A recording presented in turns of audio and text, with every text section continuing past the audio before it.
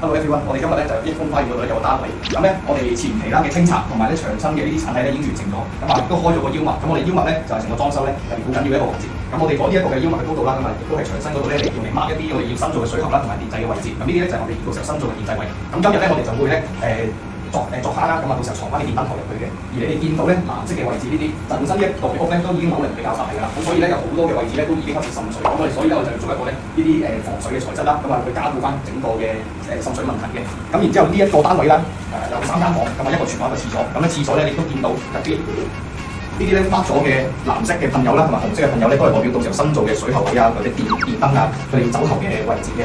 咁我哋再去埋個廁所望一望。咁廁所咧同樣啦都已經清拆好晒，亦都抹好晒啲反熱水喉嘅位置。咁同埋我哋裝咗個臨時嘅廁所嘅。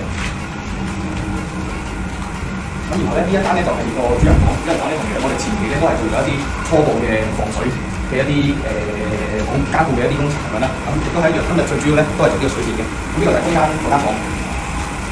係啦，咁我哋睇下最後嗰間房。